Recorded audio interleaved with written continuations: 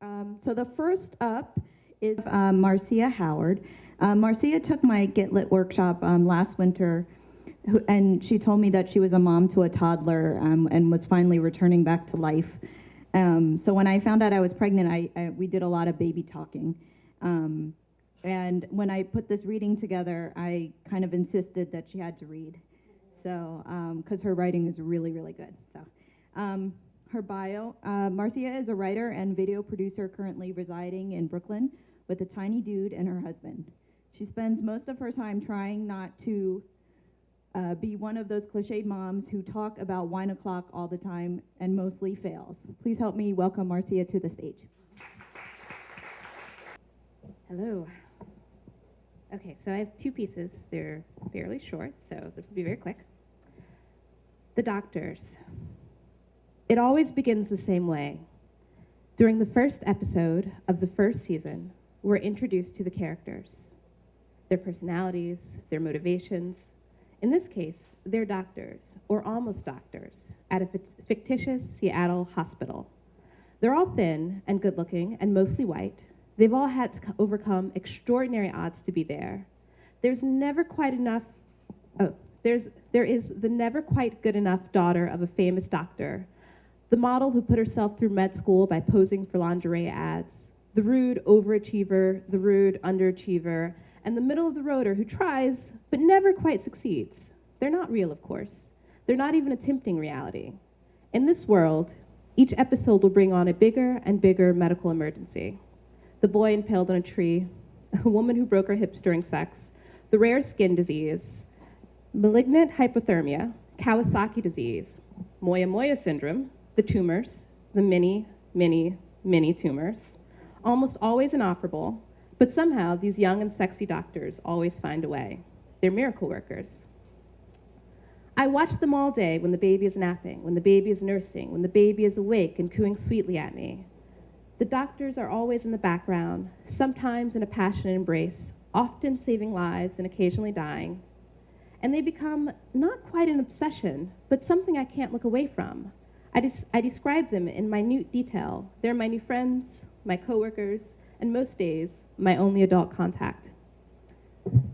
Did I tell you about the shooting at the hospital? I say, as my husband and I walk the baby down the block one evening after he returns from work. I describe the shooter, a disgruntled husband of a former patient who died at the hands of one of the sexy doctors. I sometimes feel myself losing grip on reality. He shot the doctor on the big sky bridge. You know, the one with the amazing hair. 40 minutes have gone by, and I've gone into a scene-by-scene breakdown of the episode. In between making sure the baby is warm, that the baby has enough blankets, but not so many that he could suffocate in a stroller, not so many that he might overheat. I check him often, instinctively, anxiously, as we walk. I've heard that you should find something relaxing to do while you pump to stimulate milk production. I've heard that many mothers stare at photos of their babies. I hate pumping. Worrying that there isn't enough milk, worrying that the baby being the 10th percentile is my fault. And so instead of staring at him while I pump, I watch the doctors.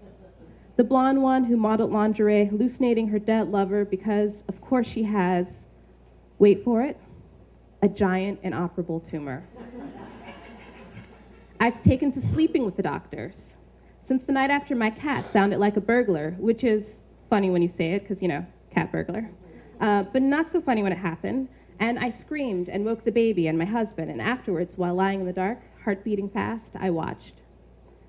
By the time I'd heard of postpartum anxiety, depression, I was more familiar with that, but postpartum anxiety was fairly new to me.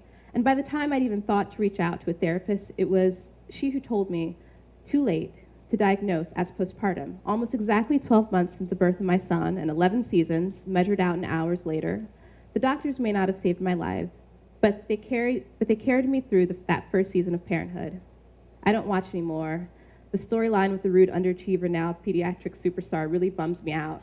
But I'm, if not cured, then better than I was before I found them. Okay.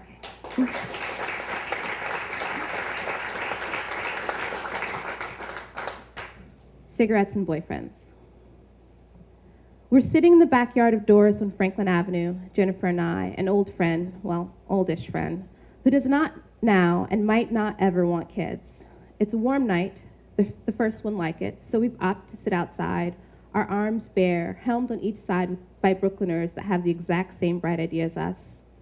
It's one of my first few nights out, and though I'm exhausted, sleep deprived in all the ways you hear new parents talk about, and some of the ones you don't, lest they scare off their childless friends, especially the ones who kind of don't want kids anyway. And I'm buzzing from my second glass of wine. Have a cigarette, Jen says, and this is why I love her.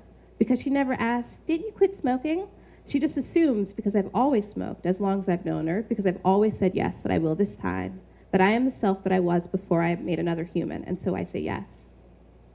So how are you, she asks. I don't even know, I say after the first pleasurable, terrible drag. I mean, I'm really ready to go back to work. I feel really lucky that I've gotten to spend so much time with him, I say, because you always have to say you feel really, really lucky for the luxury of staying home, especially when you're not doing it because you can't afford otherwise, when a lot of women don't have that luxury. But, I say, I feel like I'm disappearing. Like the me that I am on the inside and the me that I am on the outside in the world are so separate they're almost unrelated. I sound stupid. Jen doesn't say that. She just nods and says, that's why I'm not even sure I want to have kids. Don't, I say.